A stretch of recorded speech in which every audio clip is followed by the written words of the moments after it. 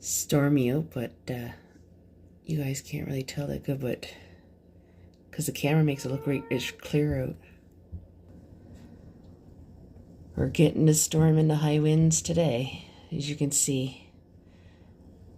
It's really early morning. I think it's like 5 o'clock in the morning right now. But that's the street light. At least you can see the snow better just coming down, and the winds picks up by gusts, as you can see the tree shaking. And we're supposed to get a lot of snow. Look down on my window, how much snow's there. The bottom part of my tree is buried, and that tree is big.